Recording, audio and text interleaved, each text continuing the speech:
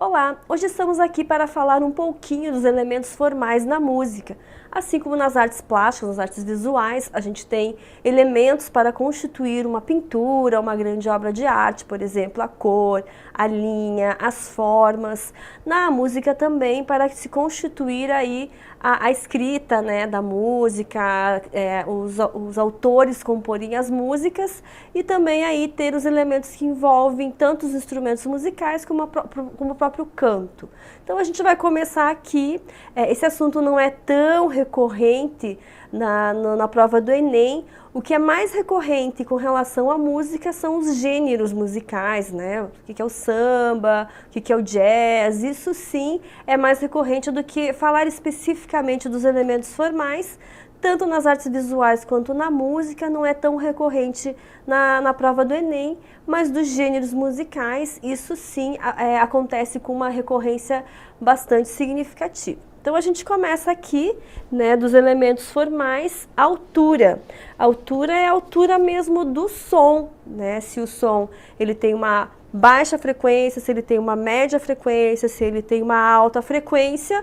Por exemplo, aqui se eu começar a gritar com vocês, começar a falar muito alto ou de repente cai a parede na minha cabeça, eu começo a gritar porque eu fico desesperada, a altura da minha voz acaba que ele se torna alto, né? Ou se eu começo a falar bem baixinho e assim num tom bem suave, quase cochichando, o tom da voz também ele acaba baixando. Mas aqui nas aulas eu tento falar num tom médio, né? Justamente para ser agradável para mim as cordas vocais e agradável para quem ouve. Então aqui a gente pode dizer que o comprimento de onda das minhas cordas vocais, ela pode ser alta, de alta frequência, de baixa frequência ou de média frequência, como estou falando aqui. Ou seja, eu posso gritar, alta frequência, média frequência, como estou comunicando com vocês aqui, e baixa frequência se eu começar a falar bem baixinho. E isso a gente pensa aqui nos instrumentos musicais também, tá? E a gente vai falar aqui da questão da questão de altura, né, que é esse comprimento de onda sonora. E também aqui a gente vai falar, a gente pode aqui por meio da altura distinguir um som grave, que é fino e alto, ou agudo, desculpa, que é fininho e alto, e grave, que é grosso e baixo. Tá? Então, grave normalmente, né, não é sempre assim que a gente pode dizer, não é regra, mas grave normalmente são as vozes masculinas, né?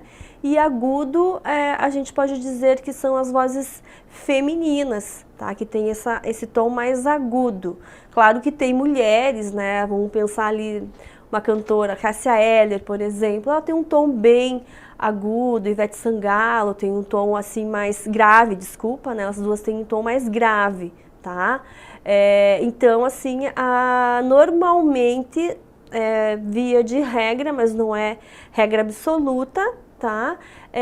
O grave se dá pelas vozes masculinas e o agudo para as vozes femininas.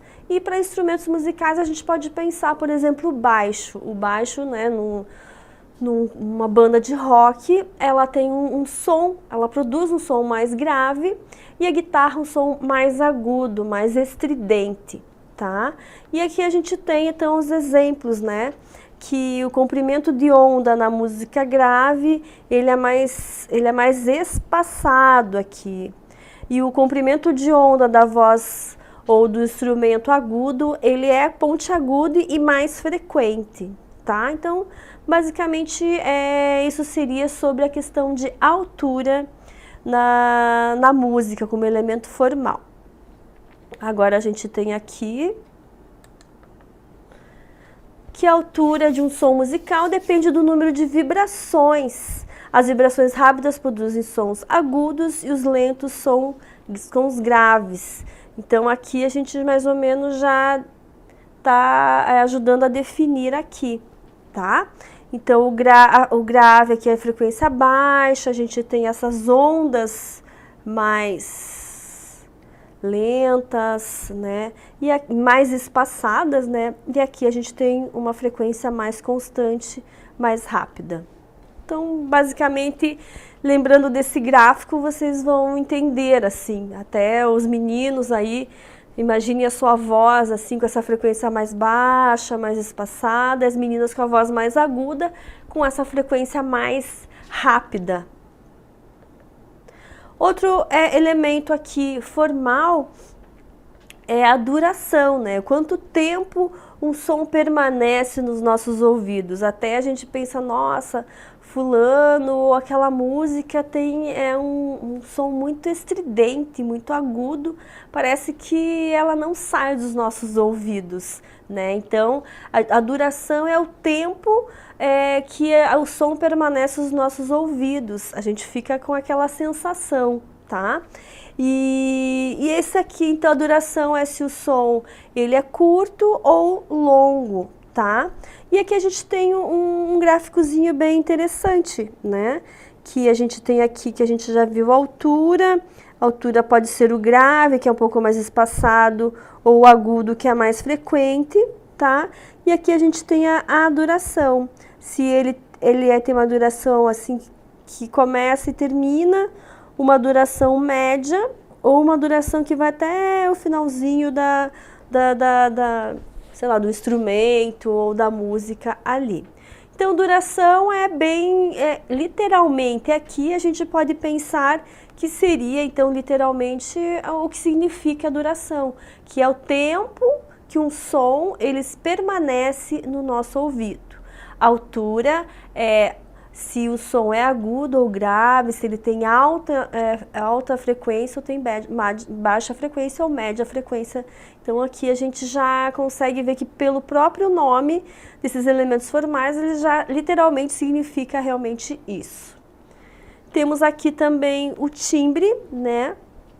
O timbre a gente vai ver que é o que a gente reconhece, né? Então, por exemplo, a minha voz é uma voz mais aguda e o timbre da minha voz, que é uma voz que ela é mais aguda, é o que reconhece por ser a minha voz, né? Então, um colega de vocês, uma amiga ou uma pessoa que ligam para vocês não têm lá o número da pessoa gravada e pelo timbre da voz dela, você já consegue reconhecer se é fulana, se é a mãe de vocês, se é o pai, irmão, amigo.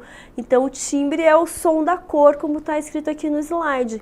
Ele que dá essa individualidade, essa identidade aqui para o som de um instrumento musical ou para a voz de uma pessoa, que provavelmente quando vocês gostam de algum cantor, de alguma banda, vocês já vão aí identificar a voz, o timbre da voz do vocalista. E no caso também a gente pode pensar o timbre como sendo os instrumentos. No caso aqui a gente pode identificar o timbre do piano, do violino, a gente consegue identificar qual tipo de instrumento, ou a voz, se ela é aguda ou grave, ou quem é que está falando.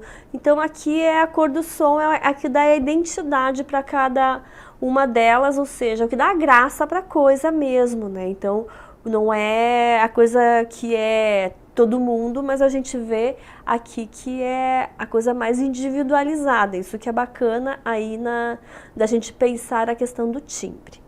Temos aqui também intensidade, outro elemento formal, que é a força desse som, né? A sonoridade dele. Então ele pode ter somente um ciclo de onda sonora, ou ele pode ter vários aqui ciclos, tá? Então, por exemplo, se a gente pegar lá a guitarra ou violão e você tocar e ele só ter essa uma onda, né? Ou ele pode tocar de maneira que ele fique aquela frequência que fique ecoando, tá?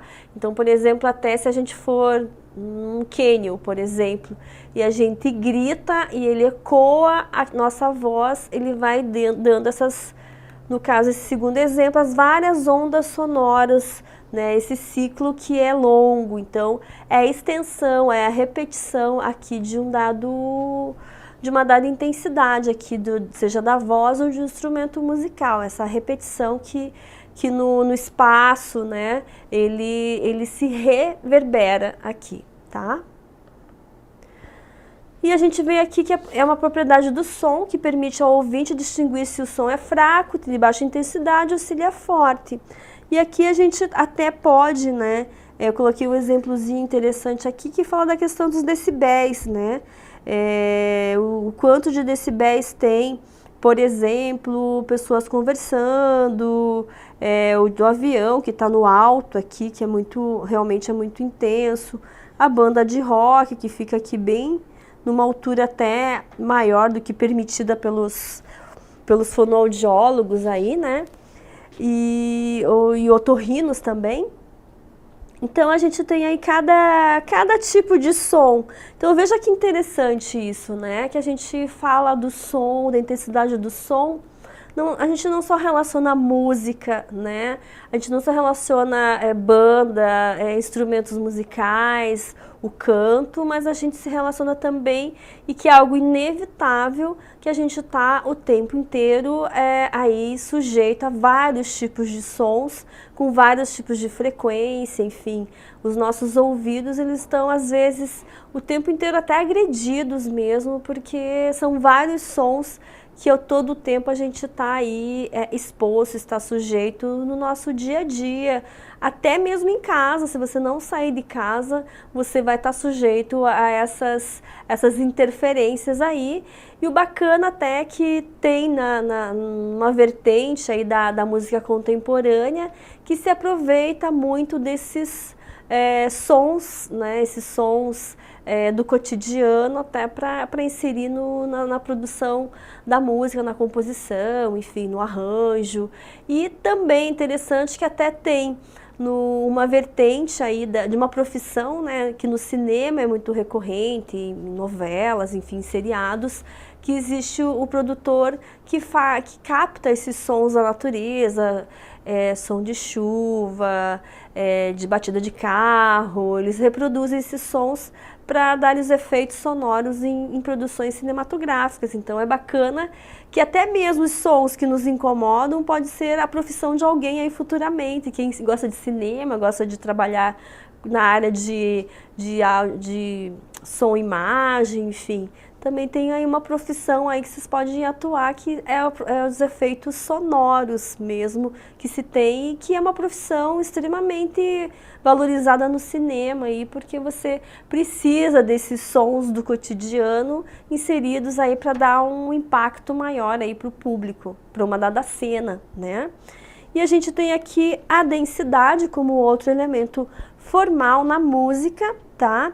E quando a gente denso, tudo que é denso é uma coisa complexa, uma coisa com camadas, uma coisa que se dá ao mesmo tempo, né? Várias coisas ao mesmo tempo. E eu trouxe aqui como exemplo uma orquestra musical, porque não tem só o piano, não tem só o violino, não tem só os outros instrumentos, às vezes tem até o canto, quando é uma ópera, enfim. E isso quando você junta, né, o conjunto de timbres simultaneamente, em que a música em questão tem uma grande densidade sonora. Então, quando vocês lembrarem de denso, de densidade, é uma coisa que é densa. Denso é uma coisa que é complexa, que tem várias coisas ao mesmo tempo misturadas.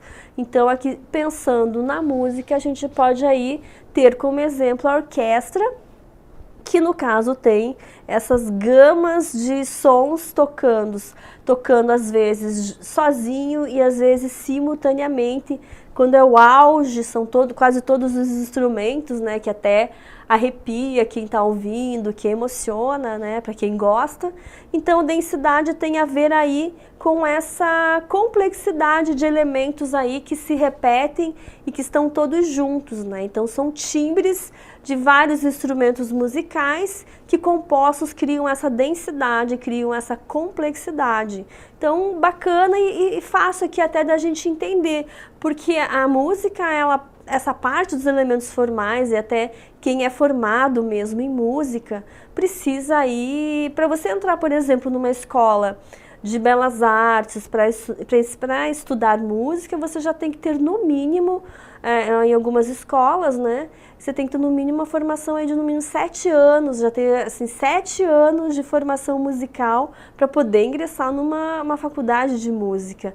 Então, normalmente, quem quer tocar algum instrumento ou quer trabalhar até com canto, né? Precisa ter aí um estudo já muito rigoroso, diário, né? Diário de algumas horas aí. Tem pessoas que chegam a ficar 8 horas, como se fosse um expediente mesmo de um trabalho comercial, horário comercial mesmo, né? Estudando, e depois que ingressa na universidade, você tem ainda mais uma jornada aí. Então, o conhecimento em música, ele talvez das áreas, e o da dança também, né? São das áreas das artes que mais precisa de dedicação aí de quem exerce, de quem atua nessa área. Então, música e dança, normalmente, quando você ingressa numa faculdade, você já tem que ter um conhecimento já bastante aprofundado, mesmo que você entre com 17 anos, né? Então, normalmente, quem trabalha com dança entra com 4, 5 anos já no balé, enfim. E da música, mais ou menos essa idade também. Então, já quando entra na faculdade, já tem uma carreira aí já de 10 anos, 8 anos, mais ou menos, porque são conhecimentos prévios, específicos, que quando você entra, os professores já pressupõem aí que vocês conheçam. Mas aqui para a prova do Enem, né, talvez muitas pessoas não tenham interesse em trabalhar com música ou com dança, nem trabalho, mas cai na prova do Enem.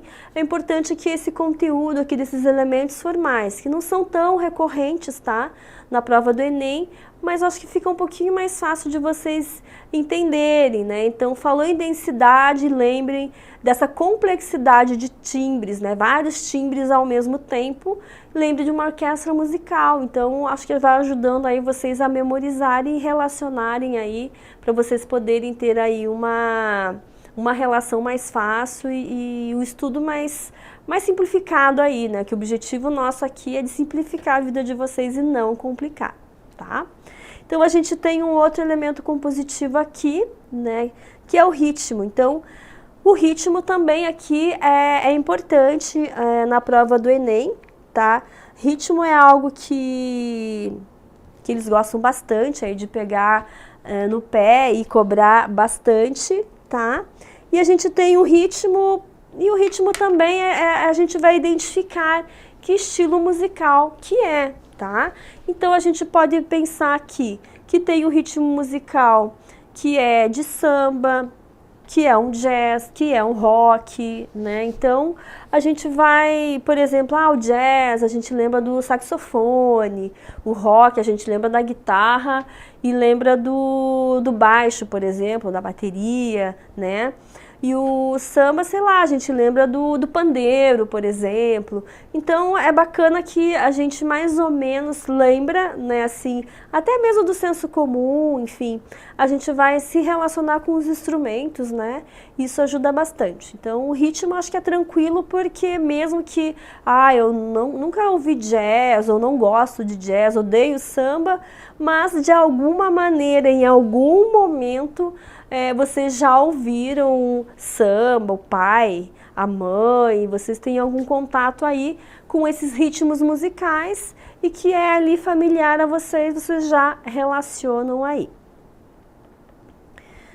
A melodia, né? Então, toda a música, ela precisa de ter uma melodia aí, que é a parte aí que mais chama atenção na música, tá? Então, aqui, normalmente, a parte mais destacada da música, ou a voz do cantor, ou o solo de uma guitarra, tá?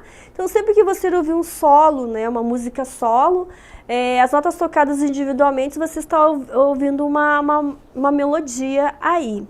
E eu coloquei aqui, então, essa exemplo ali do Atirei o Pau no Gato, né? Que é essa melodiazinha aqui, que é a parte mais destacada da música. A melodia é aquela que, às vezes, quando você menos gosta de uma música, ela parece que você fica o dia inteiro com a música que você casualmente ouviu na rádio, que você não gosta, mas no momento aquela melodia da música que fica e você não consegue mais esquecer, você fica o dia inteiro com aquela musiquinha ali te infernizando. Então a melodia é esse som ali, é a parte mais marcante da música, tá? Aquela melodiazinha ali, às vezes bobinha, chatinha, que te perturba ali, então essa é a melodia, tá? Harmonia é um outro elemento compositivo na música e ela aqui pode ser, então,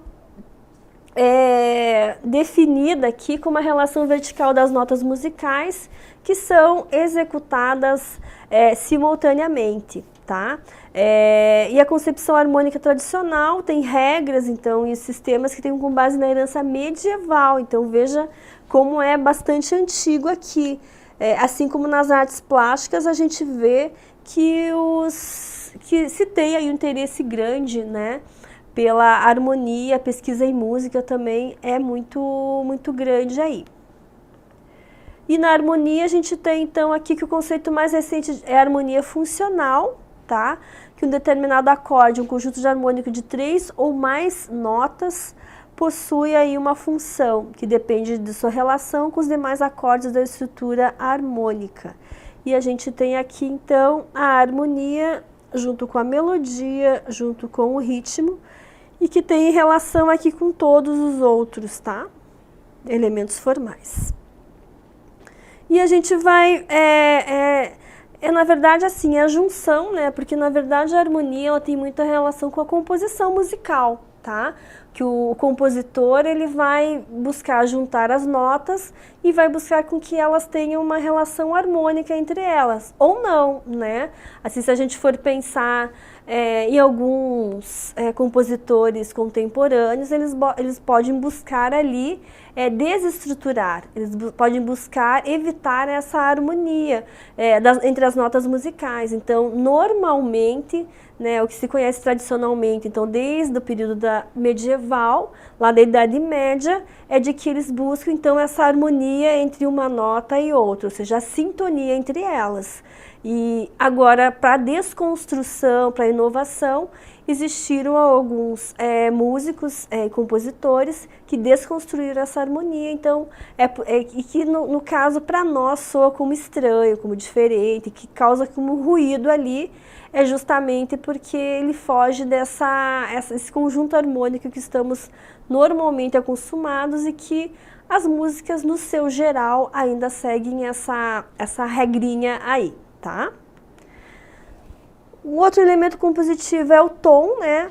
Então essa música tonal, ela surge a partir do barroco, então lembrem lá no barroco, mais ou menos após o século XIV e XV que tinha o Renascimento. O barroco surge ali 16, 17, século 16, século 17, tá? E aqui o barroco por si só, ele já era muito denso, né? Ele já era uma... Na pintura, se a gente for pensar numa pintura barroca, ela é extremamente densa, tá?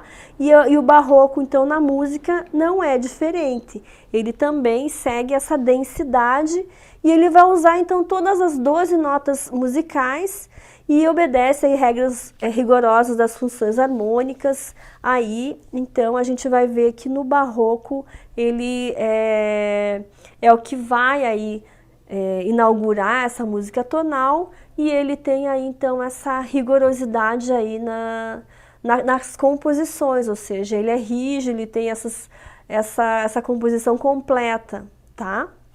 Outro elemento aqui compositivo é o modal, né, de moda, tá? E é bacana aqui da gente pensar, quando a gente falar de modal aqui, a gente pode lembrar imediatamente aqui das músicas de tradição mais popular, que falam da memória popular, né?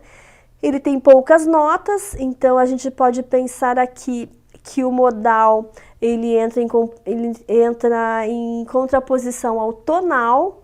O tonal aqui, essa música tonal, ele usa todas as 12 notas, as 12 notas musicais, e ele surge a partir do barroco, então ele tem essa complexidade. E o modal é uma contraposição do tonal, tá? E o modal a gente pode falar a moda, tem a ver com moda, né? Moda, a moda tradicional, a moda popular, para vocês aí não esquecerem, tá? E no Brasil, então, a gente tem então essa música popular brasileira que é produzida no Nordeste como tendo esse estilo modal, que para nós é mais do nosso, é mais familiar a nós do que uma música barroca. E o Luiz Gonzaga, ele é o tido aí com o pai moderno, do moderno modalismo popular brasileiro. Então, dica aqui para não se esquecerem, né? Tonal usa todas as 12 notas musicais, ele é bem mais complexo, surge a partir do barroco. E modal pode, para facilitar, aí vem a moda popular, digamos. E no Brasil a gente tem então a música do Nordeste, que ela usa poucas notas, tá? Então é em contraposição ali com o tonal, que a modal é muito mais simplificada e mais repetitiva ali. E a gente tem a música contemporânea, tá?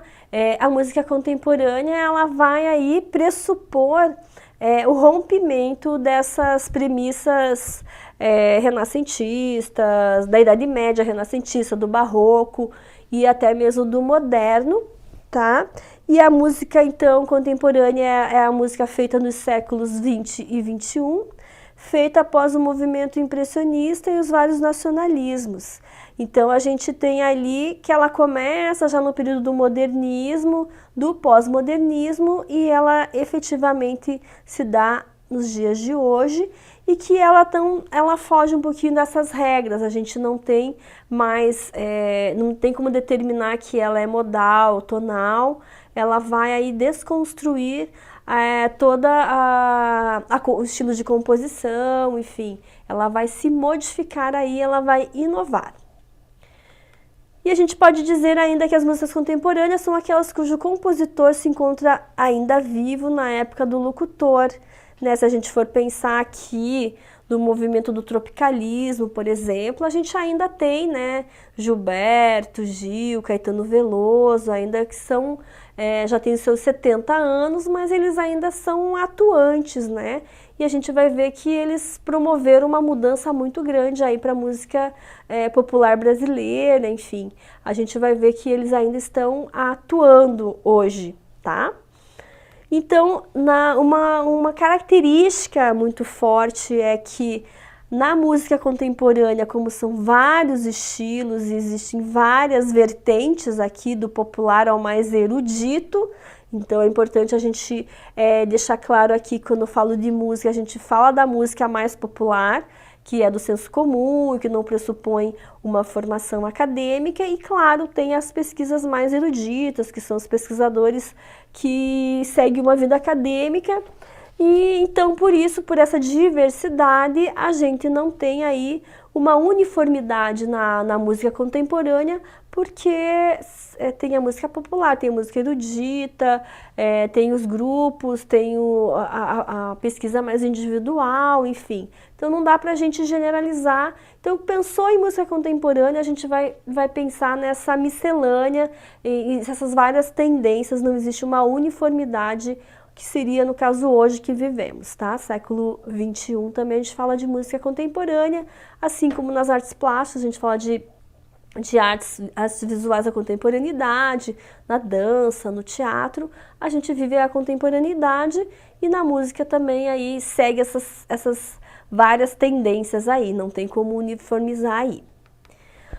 Outro elemento compositivo aí fundamental, e que talvez nós aqui do senso comum que conhecemos música ou aprendemos música de maneira mais nas escolas, enfim, são as escalas musicais, né? Então, acho que a maioria das crianças já aprende as notas musicais, né? O dó, ré, mi, fá, sol, lá, si, dó, e é o básico, né? É interessante isso, né? Quando a gente aprende a falar, a gente começa a se alfabetizar na nossa língua, a gente vai aprender ali o alfabeto, depois a gente pega esse alfabeto, o A, B, C, D, a gente forma as palavras, depois que a gente forma as palavras, a gente forma as frases, e depois a gente já está ali formando frases, junta as frases, escreve um texto, daqui a pouco a gente está fazendo a redação aí para o Enem, e então aí a gente começa a criar ali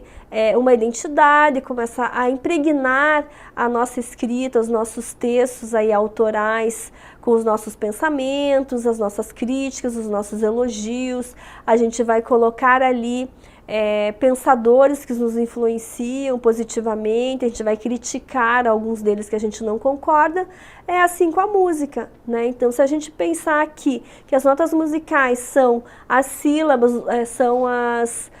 que são ali as letras do alfabeto, que depois a gente junta, forma palavras que formam frases e forma todo um contexto, é mais ou menos isso que a gente pode pensar de que como as escalas musicais, as notas musicais se constituem, tá?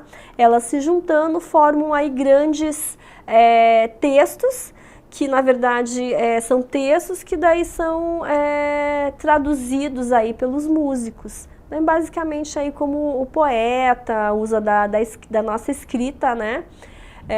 Para se expressar. O músico aí que vai compor uma música, ele vai se expressar por meio das notas musicais. Então seria basicamente isso aí. Temos também a sonoplastia.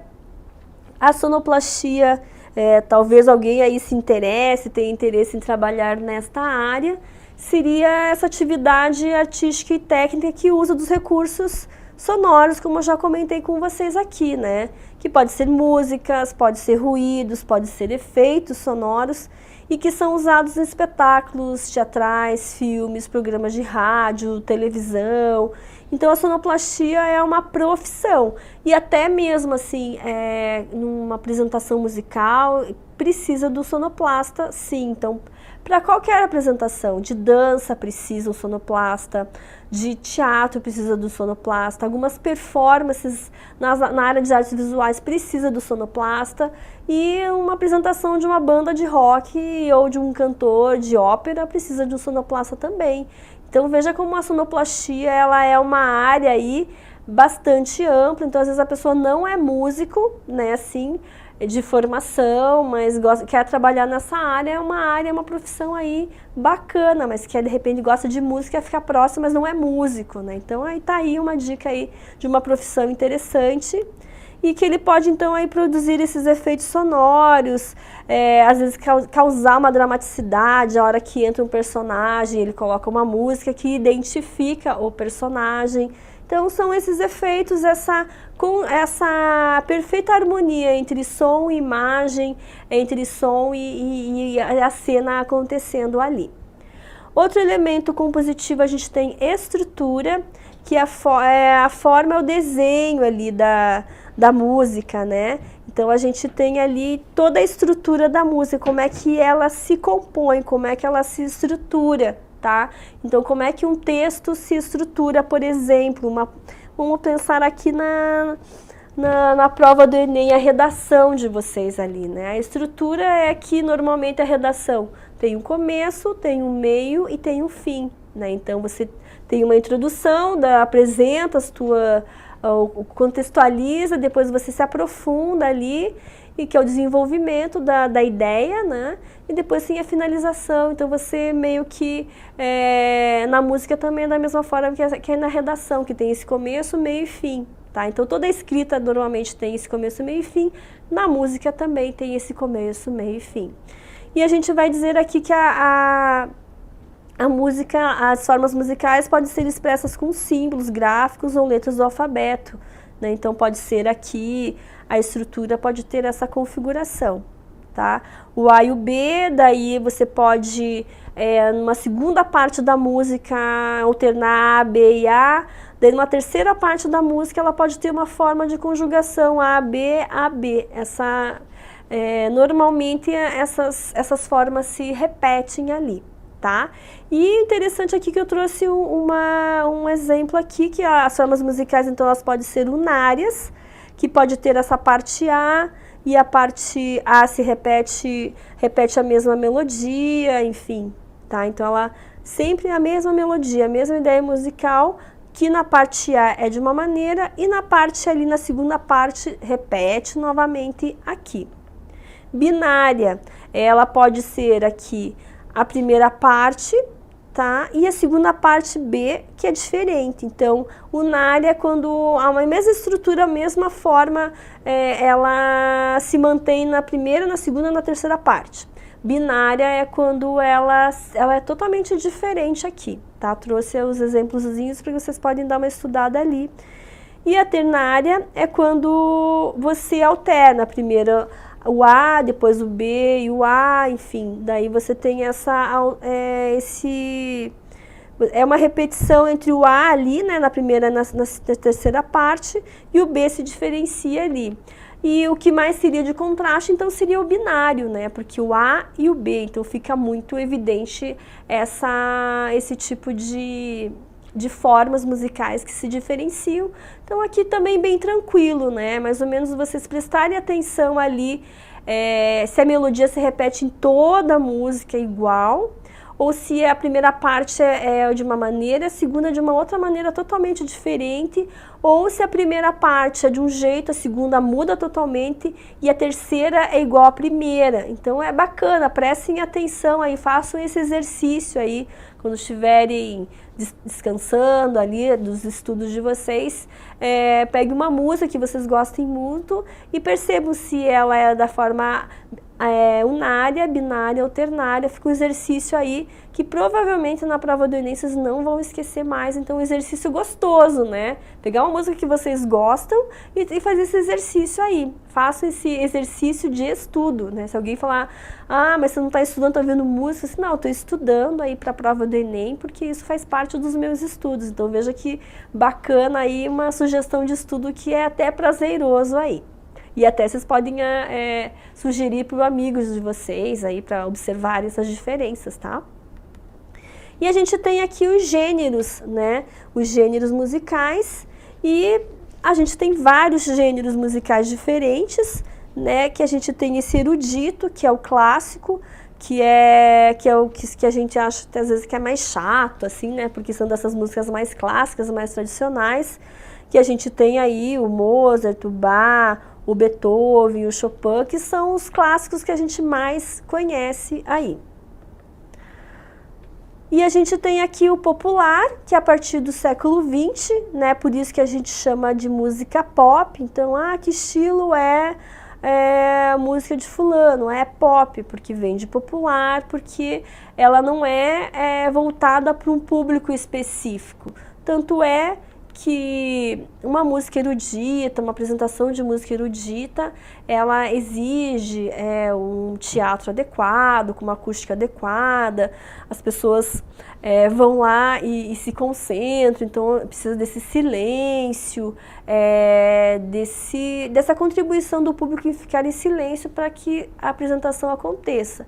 Na música popular, não, é do pop, é do povo, né? Então as pessoas gritam, as pessoas cantam junto, as pessoas participam, as pessoas pulam. Então veja que o contraste, o erudito e o clássico, com o popular, a gente vê que tem essas diferenças aqui. Acho que a maioria aí gosta de música mais pop, né? E o folclórico. O folclórico é o que define aí um dado música gaúcha no Brasil, o frevo lá no Nordeste. Então a gente vai aí identificar uma dada cultura. Então ela depende aqui de uma herança cultural regional. O interessante assim que na música clássica, a gente que é erudita, ela precisa aí de um estudo acadêmico, né? Anos e anos de estudo. Na música pop, não necessariamente que você precisa, claro que ele precisa estudar, mas não precisa ser acadêmico, ir para uma faculdade, né? Tanto é que tem vários músicos que surgem de bandas de garagem, né? E começam a tomar o gosto, enfim. E na música, na tradicional folclórica, a gente vê que vem de uma herança. Você aprende com os avós, com os pais, que passam para os filhos, e isso sucessivamente, para não morrer a história de uma dada cultura, né? É bacana de ver isso, porque você já identifica que no próprio Brasil a gente vê que cada uma das regiões tem as suas músicas, e identifica e cria essa identidade aí, e que tem pessoas, né, que não são a grande maioria, mas grande número de pessoas ainda fazem questão de preservar essa herança cultural. Temos aqui as técnicas também como elementos compositivos e as técnicas aqui utilizadas para realização de uma composição musical, né? E nas técnicas a gente pode ter o acompanhamento, que é o conjunto de sons que acompanham uma melodia, né? Então ajuda a dar complexidade, dar aquela densidade, porque a gente tem vários instrumentos musicais, às vezes com a voz, né? Enfim, para dar essa complexidade aqui. A gente tem o arranjo, que é a preparação de uma composição musical para execução com vozes e instrumentos, né? Então é bacana porque o compositor, ele pensa, ele compõe a música, só que daí depois que você compõe, você tem que pensar como é que você vai fazer esse arranjo, como é que a música, os instrumentos musicais, a voz do cantor vai se harmonizar todos juntos para enfatizar aquilo que eu quero, que está no conteúdo da música, tá?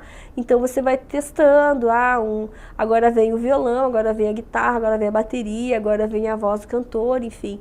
O arranjo aí é um outro elemento, uma técnica que eles fazem e que isso precisa de juntar aí com o grupo. Interessante também que a música, na sua grande maioria, assim como a dança e o teatro, ela é um tipo de arte, né, que ela precisa sempre do coletivo, normalmente na sua grande maioria do coletivo, diferente das artes visuais, que é um pouco mais individual. Então, com relação aos elementos formais e compositivos da música, seria basicamente isso. Até mais!